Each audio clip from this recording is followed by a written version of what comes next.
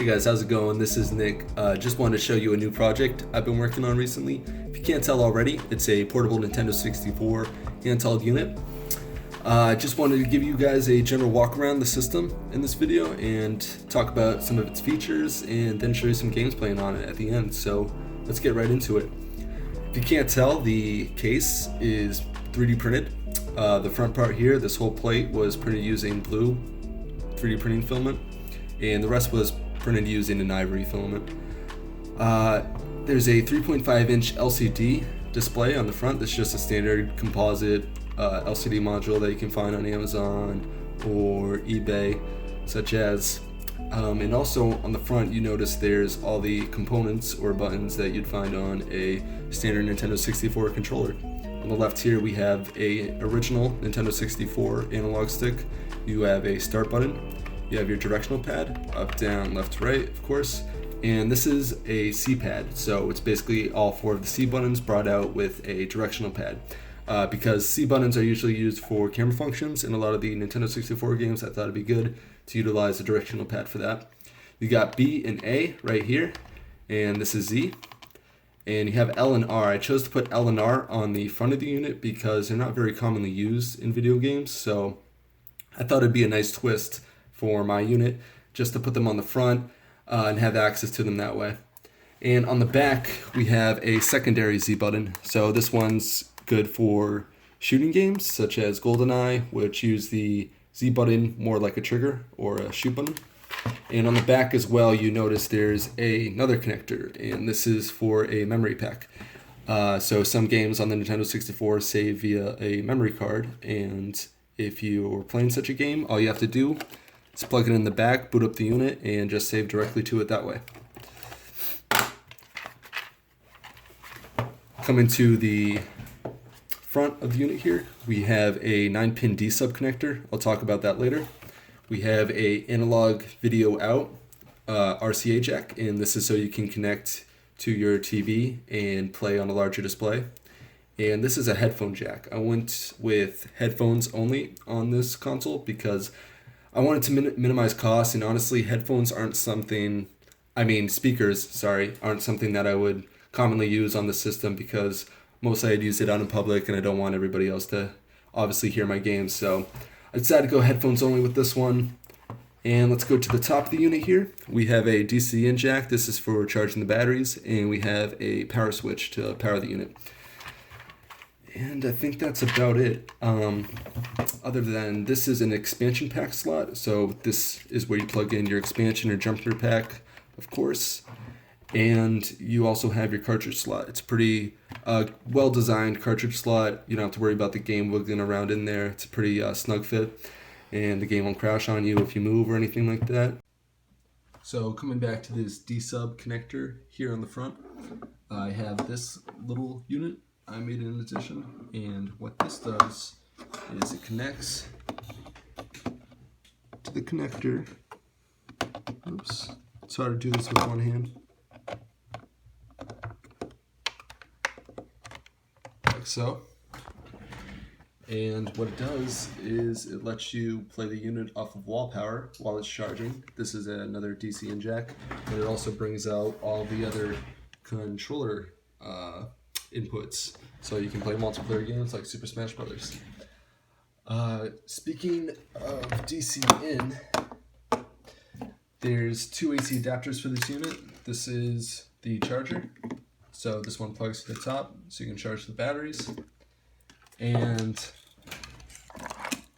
this is for running the unit off of wall power. So plug this into your wall, obviously, and the other side here connects to the bottom of this guy right here. And like I said, you can play the unit off of wall power while charging the batteries at the same time. Other than that, let's go ahead and test out some games. So here we have Mario Kart 64, Call Classic, of course. Plug that sucker in, power on the unit, boots right up. So yeah, I'm just going to show you guys that all the buttons function properly. Player game, 50cc. Gonna go with Luigi.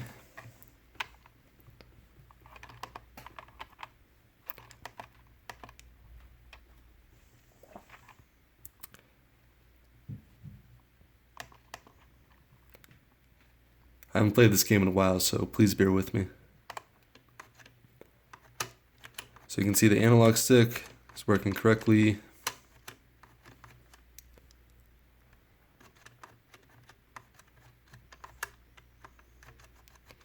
And I'm going to show you the back Z button. This is a good game where the Z button's on the back because you can obviously hold down A to accelerate while pressing the Z button. So I'm going to press it right now. You can see that's working as well. And then start button, of course.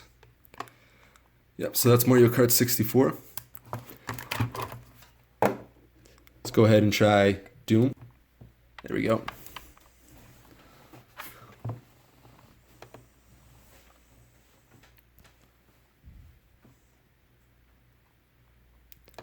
Now, anybody that knows anything about Doom 64 knows that it's a very dark game. So I'm going to turn up the brightness a little bit here.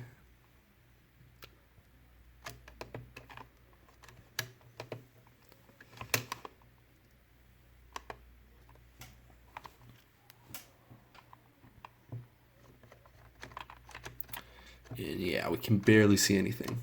It's just how this game was designed. It's not a problem with the LCD itself. It's just how the game was made, I guess, for some reason. But you got Z on the back. Show you the buttons working. So that's Z on the back, Z on the front.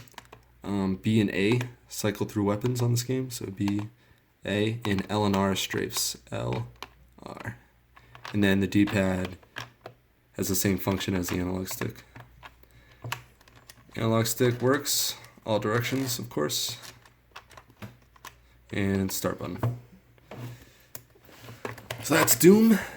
Let's go ahead and test out Star Wars Rogue Squadron. Another great game, of course.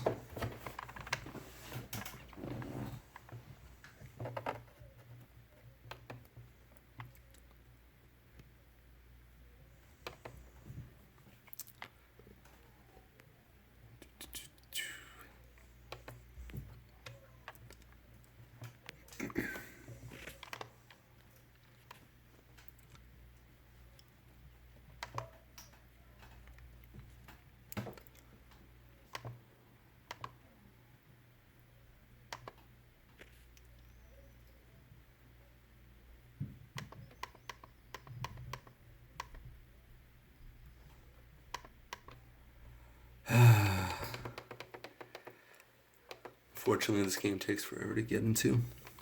Here we go. Forget how to control this game, but yeah, there we go. Alright. C buttons work. That's the right C button. Left C button doesn't do anything in this game, I don't think. Or the bottom. Or the top one. But you can see that one's working as well.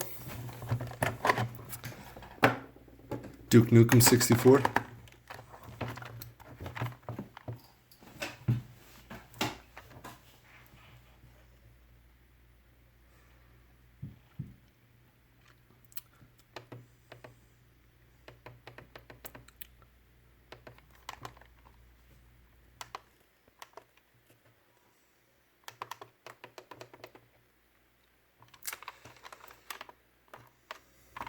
So now we can see all the C buttons working, left and right, bottom and top. And then Z on the back.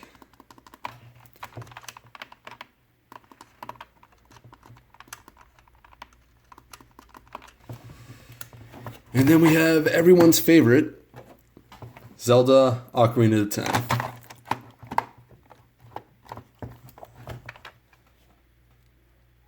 And of course that works as well.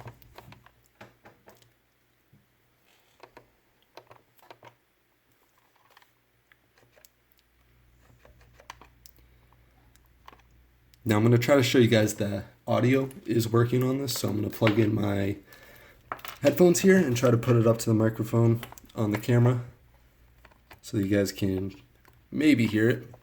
So those are the headphones plugged in. and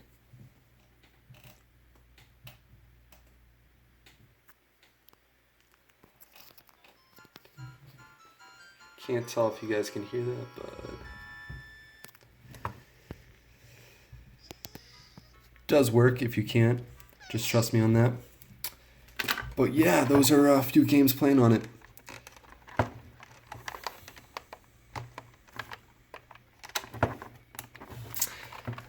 I wanted to mention that this unit is up for sale right now. I'm going to leave a eBay link somewhere on the screen right now and in the description below. So you can go ahead and place a bid on the item. It's going to be up for auction.